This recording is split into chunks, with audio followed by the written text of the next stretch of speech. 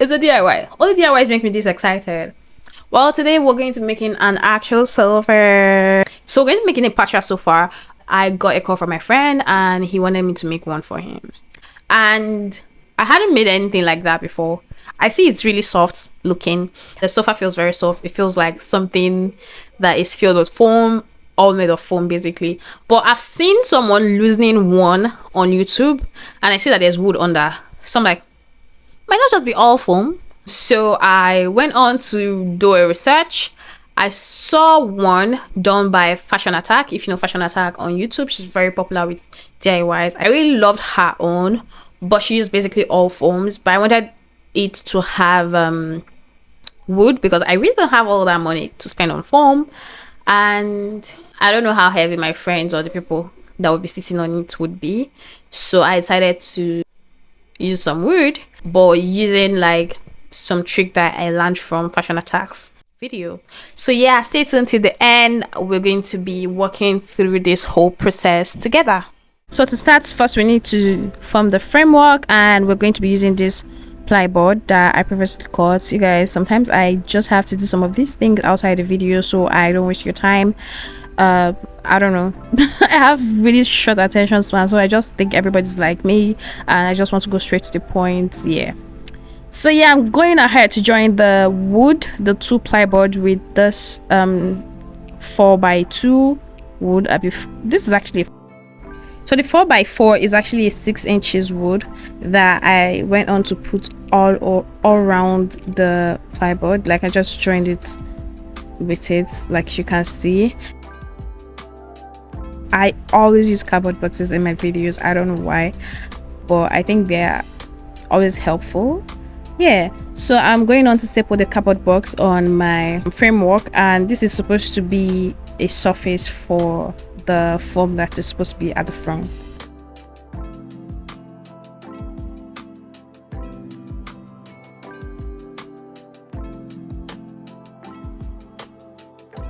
If you know my channel, then you probably know this glue because I use it all the time. It probably holds stronger than all the promises you've heard from your ex in the past. Yeah, I think you should get that for your next relationship. Well, I'm going to go ahead and put this 6 inches foam on top, and then I'm going to go ahead and apply my glue by the side and put this piece of foam that I don't know where I got it from, but I can't remember honestly. But I'm just going to put it there and trim off the excesses and then move on to cutting the shape. This is the part where I kind of love the most, but I don't know.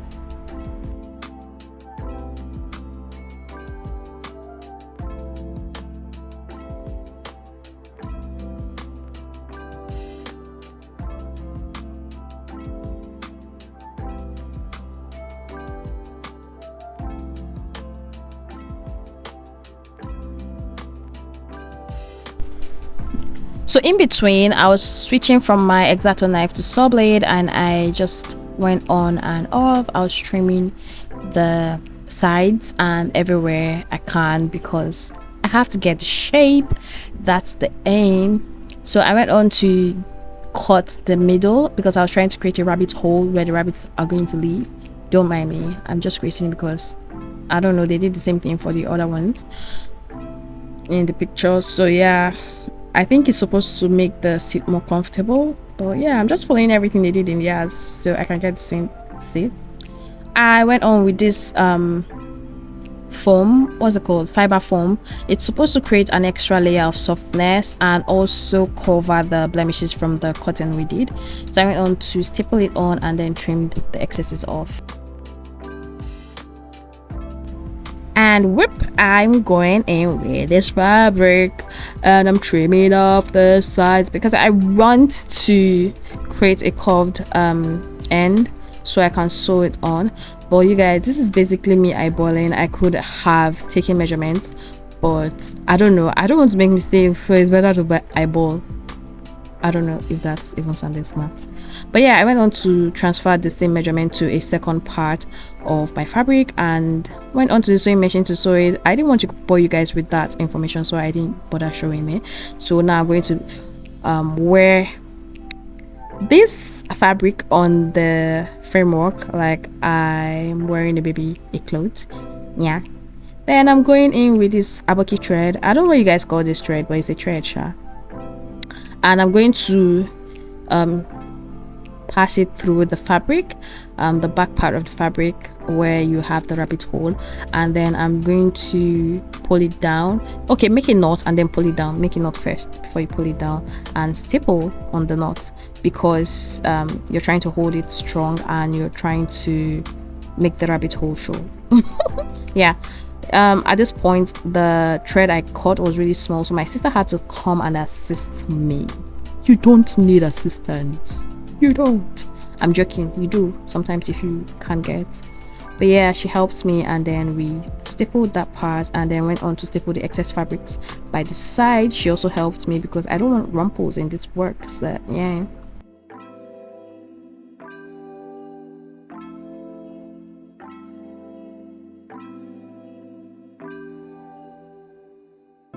I don't know why I decided to use glue, because I didn't use glue in the other parts, but I decided to use glue here because I don't know, a spirit told me to, and here we are. So I'm just going to join the join the wood for the backrest.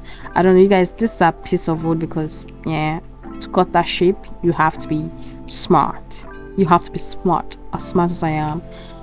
That's crazy. But yeah, I used this 4x2 wood for the ending part, and then just a plyboard for the top part because I want it to be a bit slanty.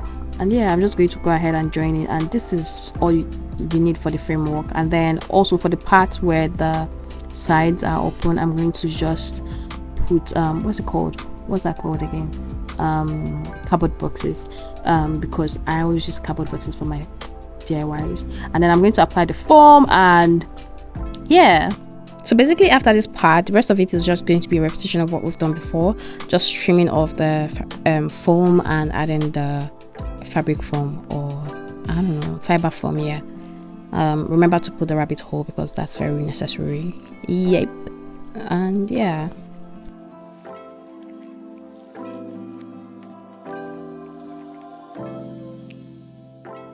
so I padded it back too with some foam, and I left some extra space that I pointed out earlier, and that space is supposed to be where I'll just raise up the foam and then join the backrest to the seat itself. Yeah, as you can see, it now looks like we didn't even add foam to it. It now looks like we didn't even add wood to it. It feels like just foam. Yeah, moving on, I'm going to join the two piece of my fabric foam or fiber foam or whatever foam it's being called with my no-line thread. And I'm doing this because I don't know why. I think because that's my last option or whatever.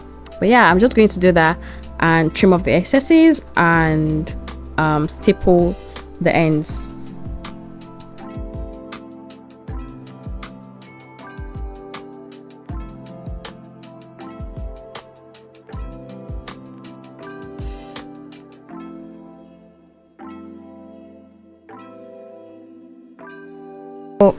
We're moving closer to like the final steps now, because now we're joining the two piece together with my draw gun as usual. So I raised up the foam and I just pushed the backrest to the seat and joined it. Then I stapled down the fabric foam or fiber foam, and then stapled down the fabric itself and trimmed off the excesses. Well, the size of the fabric also, you have to pull it diagonally, like it has to show these diagonal lines like so, because I don't know why, maybe because that's all how all the seats are.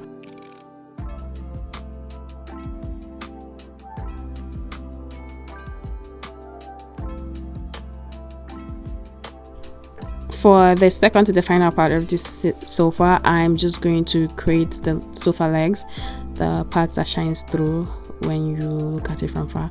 Yeah, I have this piece of wood, and I feel like it's going to be a waste if I cut an entire wood, so I just decided to use this piece and join them together to create the height. And yeah, it makes sense to me.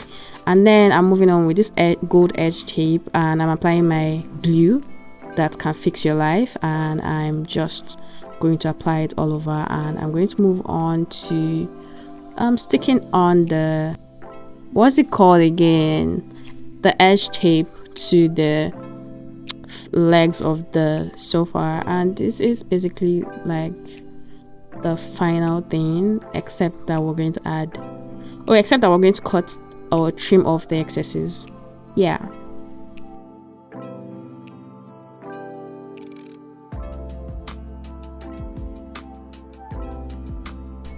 I really don't know what this is called, but I know it's being used for sofas to stop it from like dragging on the floor or scratching the tiles. Yeah, I'm just going to add it with my hammer, and that's the final touch.